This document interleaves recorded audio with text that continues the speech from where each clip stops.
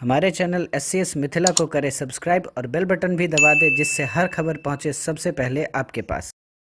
आप देख रहे हैं एससीएस मिथिला। मैं हूं तुषाली। सोमवार को दरभंगा में जगह जगह घरों से ईद बड़ी ही सादगी से मनाई गई। लॉकडाउन के चलते लोगों ने जहां खरीदारी नहीं की, तो वहीं जिले के लोगों में नमाज भी घरों में ही पढ़ी, जिस वजह से जिले की मस्जिदों और ईदगाह में सन्नाटा रहा।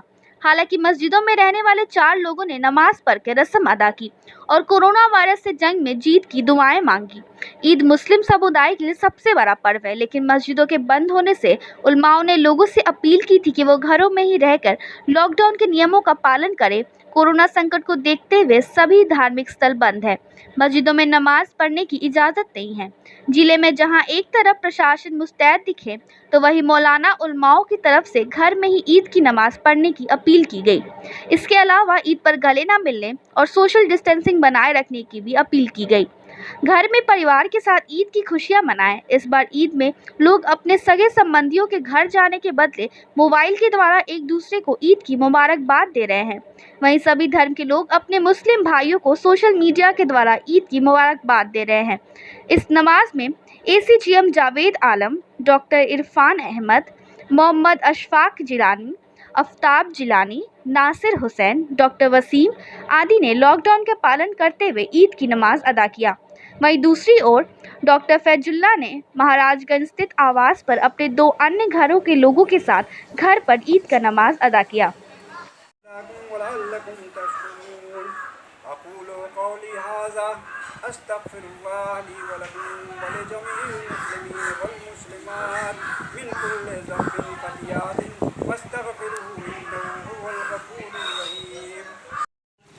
अल्लाहुम्मा लकल हम्दु बिमा खलक़तना व रज़क़तना व हदैतना, लकल हम्दु बिल इस्लाम वल कुरान, लकल हम्दु हत्ता तर्रा, व अशहदु सय्यदना मुहम्मदन अब्दुल्लाहि व रसूलिही सल्लल्लाहु तआला अलैहि व अला आलिहि व असहाबिहि अजमईन। अम्मा बाद, फया उम्मतल इस्लाम वल कुरान, इल्मु अन्ना लिकुल्लि कौमिन ईदन वहाज़ा ईदुना लैसल ईदु लिमन लबिसल जदीद, इन्नमल ईदु लिमन खाफल वईद, वल ईदु लिमन आनसा बिल गिलमान वल अयताम, वल ईदु लिमन अमिला बिल कुरान व अहकामिल इस्लाम, इन्नमल ईदु लिमन तमस्सका बिदीनिल इस्लाम, वल ईदु लिमन फाज़ा बिल कबूल वल हुस्निल ख़िताम व आइशिल मआद। इबादल्लाह, अम्मा साइलूना युबश्शिरुहुम सुब्हानहु व तआला फी हाज़ल यौम बिक़ौलिही व इज़्ज़ती व जलाली व करमी व उलूवी व इर्तिफ़ाइ मकानी लियुजीबन्नहुम फ़यक़ूलू इरजिऊ क़द ग़फ़रतु लकुम व बद्दलतु सय्यिआतिकुम हसनात। क़ाल सल्लल्लाहु अलैहि वसल्लम फ़यरजिऊ मग़फ़ूरन।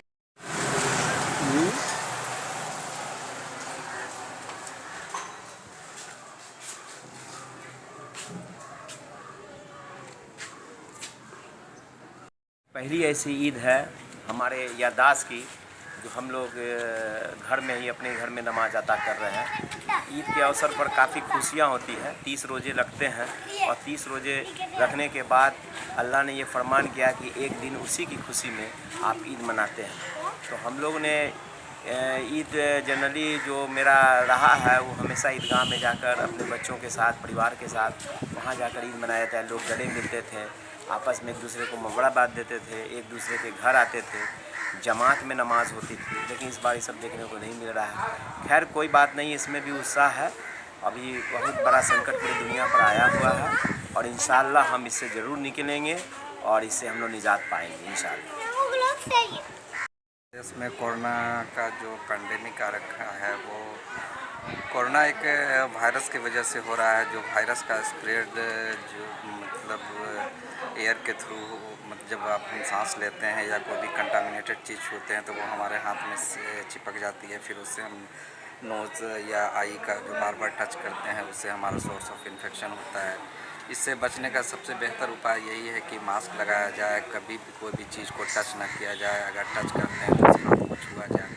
इस ईद के मौके पर हम लोगों ने सोशल डिस्टेंसिंग का फॉलो करके मास्क लगा के नमाज पढ़ी। आप सभी को, दरभंगा वासियों को ईद के मौका पे सारी शुभकामनाएं जी। मेडिकल लाइन के हिसाब से ही सभी दरभंगा वासी या देश के वासियों को सोशल डिस्टेंसिंग का फॉलो करना चाहिए। सोशल डिस्टेंसिंग कम से कम 3 मीटर की डिस्टेंस, या अगर वो उससे नहीं हो सके तो कम से कम 1 मीटर का डिस्टेंस फॉलो करें। मास्क लगाया जाए, हैंड में सैनिटाइज़र हमेशा अपने पास लेके यूज़ किया जाए। उसको जब भी आपको लगे कि कोई कंटामिनेटेड चीज़ को हम छू रहे हैं तो उससे हैंड्स को सैनिटाइजेशन कर लेना चाहिए। नहीं, घर पे जाके प्रॉपर हैंड वॉशिंग होना चाहिए। मास्क का यूज होना चाहिए। छोटे बच्चे को घर से बाहर नहीं निकलने देना चाहिए। और 70 ईयर 60 ईयर ओल्ड पीपल को घर से बाहर नहीं निकलना चाहिए। जब आप आएँ तो उनके भी क्लोज कंटेक्ट में ना जाएं, उनसे दूरी बना के ही रखें। ये तो अपने सर पैर हाथ को अच्छी तरह से जो है, बेहतर तो यही रहे कि पूरे कपड़े को आप जाएँ बिना किसी को टच किए हुए बाथरूम में जाके कपड़े को धो दें। फिर वहीं से पूरी तरह से अच्छे तरह से बाथरूम से नहा के फिर हैंड में सैनिटाइज़र लगा के घर से बाहर निकलें। बच्चों और बूढ़ों का से दूरी बना के रखें। क्या नाम है? मैं डॉक्टर इरफान, पारस हॉस्पिटल दरभंगा। पूरा हम लोग सरकार का जो नियम सब है उसका पालन से हम लोग पढ़ रहे हैं। क्या मैसेज देना चाहेंगे इस बच्चे देख लेते हैं कि जिस तरह से सरकार चाह रही है हम लोग भी बचें, सरकार भी बचे। हम लोगों का ये कोरोना वाली बात जो है एक से दूसरे में नहीं जाए, इससे बचने के लिए हम लोग जो है मास्क लगा के सभी लोगों ने नमाज ही पढ़े और हाथ वगैरह तो हमेशा धो करके ही हम लोग कुछ काम करते हैं।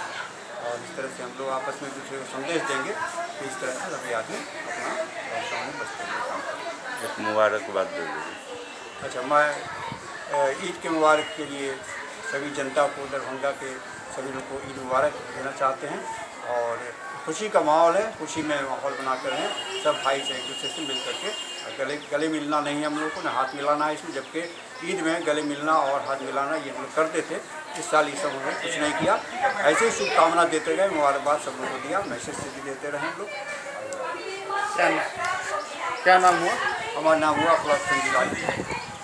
ये इस बार आज हम लोग लॉकडाउन के बीच में ईद उल फितर की नमाज़ अपने घर के अंदर अदा किया है। हमारे घर के अंदर सिर्फ 3 आदमी हैं, 3 आदमी मिलके हमने किया। चूँकि लॉकडाउन के कारण सरकार ने और डॉक्टर ने, WHO की टीम ने कहा है कि सोशल डिस्टेंस और फिज़िकल डिस्टेंस मेंटेन करके रखने के लिए, इसीलिए हम लोगों ने सरकार की बात को मानते हुए, WHO को बात मानते हुए और ख़ुद हमारे जितने भी तंजीम है, मुस्लिम तंजीम है, उन लोगों ने भी कहा कि सोशल और फिज़िकल डिस्टेंस बनाकर आप ईद की नमाज़ या 5 वक्त की नमाज़ अदा कीजिए। इसलिए हम लोगों ने सोशल डिस्टेंस को मेंटेन करते हुए ईद की नमाज़ और 30 रोज़े जो हम लोगों ने लॉकडाउन के बीच में रखा है उसमें भी हम लोगों ने सब चीज़ का मेंटेन ख्याल किया है। सरकार की बात को भी किया है, डॉक्टर के भी बात को माना है, WHO की टीम को भी माना है। हमारे अइम्मा कराम ने जो फतवा जारी किया है कि डिस्टेंस बना कर रखें, उसको भी हमने मानते हुए अपना लॉकडाउन को हमने पूरी तरीके से मानते हुए उस पर अमल करते हुए हम लोगों ने 30 रोज़ा घर के अंदर रखा है। तरावी का भी अहतमाम घर के अंदर किया है, रोज़ा का भी अहतमाम घर के अंदर किया है। हम लोग जमात के साथ तरावी पढ़ते थे और रोज़ा का अफ्तार करते थे। इस बार तो दूर दूर तक नहीं सोचा है कि लोगों को अपने घर पे बुला के दावत दिया जाए और मस्जिद में जाके तरावी का एहतमाम किया जाए। आज हमारी की नहीं ईदगाह सुनी पड़ी हुई है, मस्जिद सुनी पड़ी हुई है, लेकिन अल्लाह का शुक्र है कि घर आबाद है और हम लोग इबादत घर के अंदर कर रहे हैं। और हम लोग लॉकडाउन 4 का बताएंगे क्या है, चल रहा है, किस तरह का ढिलाई पड़ गया है, लोग मानने को तैयार नहीं है।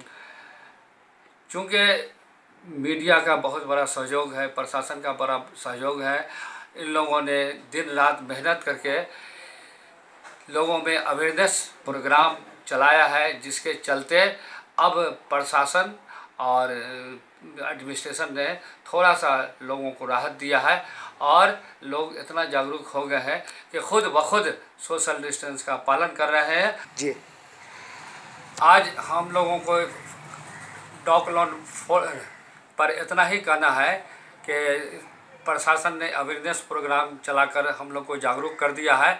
अब हम लोग इसका पूरा एहतमाम करें, और चूँकि सरकार हमारी जान नहीं बचा सकती है, डॉक्टर हमारी जान नहीं बचा सकती है कोरोना से, लेकिन कोरोना के ख़िलाफ़ जंग हम उसी वक्त जीत सकते हैं जब हम सोशल डिस्टेंस का पालन करेंगे।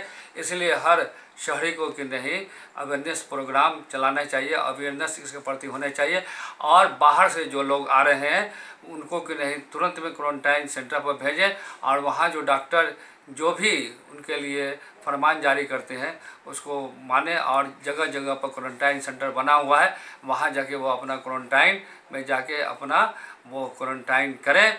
इसी से ये होगा। सरकार भी एकदम पूरा चुस्त और दुरुस्त है, और हम लोग भी पूरा सरकार का और प्रशासन को सहयोग करें, और जो भी बाहर से लोग आ रहे हैं उसको क्वारंटाइन का ऊंचा से ऊंचा पैमाने पर उसका व्यवस्था करके उसको क्वारंटाइन सेंटर भेज दें। नाम doctor Mohammad Fazila, Mithila homeo clinic. Corona के वजह से लॉकडाउन का पालन करते हुए कहीं कहीं मनाई जा रही है। नमाज कहीं कहीं होते हैं, वो भी 4 से 5 आदमी के बीच में। कोरोना का हालात ठीक हो जाने पर फिर वैसे ही लोग मनाएंगे जैसे पहले मनाते थे, उम्मीद है। हम लोग सादगी से ही मनाएंगे, क्योंकि बच्चों के भी दिमाग में हम लोगों ने डाल रखा था, और बच्चों को भी पहले से ही सेट कर रखा था कि इस बार ज़्यादा शॉपिंग नहीं होगी, और इस बार ज़्यादा हम लोग कहीं धूम और धाम से ईद को नहीं मनाने चाह रहे हैं। तो ये लोग भी काफ़ी हद तक हमारे घर में बच्चे भी समझ चुके थे, क्योंकि जैसा हम बाहर जाके लोगों में अवेयरनेस दिखा रहे थे, तो हमारे बच्चे काफ़ी कुछ सीख रहे थे।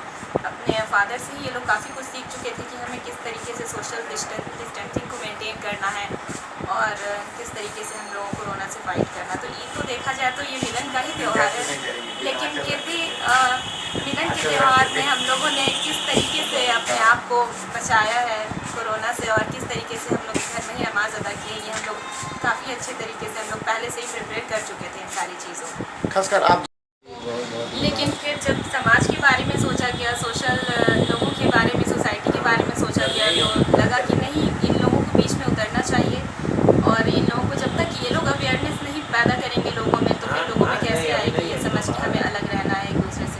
हालांकि ईद में भी हम यही संदेश देना चाहेंगे लोगों को, या मतलब जो भी नमाज के लिए जो उत्सुक लोग थे, मस्जिद में जो नमाज़ पढ़ना चाहते थे, कि वो घर में ही अल्लाह के लिए इबादत करें और घर में ही नमाज अदा करें, जिससे सारे लोगों को फ़ायदा हो और कोरोना से लोग बच सकें ज़्यादा से ज़्यादा। काफ़ी सादगी के साथ मनाई गई, जहां लोगों ने इस बार ख़रीदारी नहीं की, वहीं मस्जिदों और ईदगाहों में भी लोगों ने नमाज 4 की तादाद में ही अदा की। वहीं इस बार लोगों ने सोशल डिस्टेंस का पालन करते हुए अपने अपने घरों में नमाज अदा की। वहीं जहाँ तक सवाल है पत्रकारों का, तो हर साल पत्रकारों को लेकर मोहल्ला इमामबाड़ी में ईद मनाई जाती थी, जहाँ ज़िले के ज़्यादातर पत्रकार उसमें शामिल होते थे। लेकिन इस बार कोरोना वायरस की वजह से हम लोग एकजुट नहीं हो सके, जिसका अफसोस इस साल हमारे साथ साथ पत्रकारों को भी है। जी,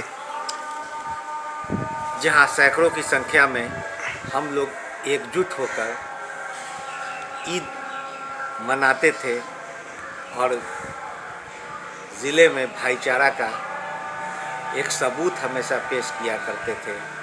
यही वो दिन था जब हम लोग कैमरे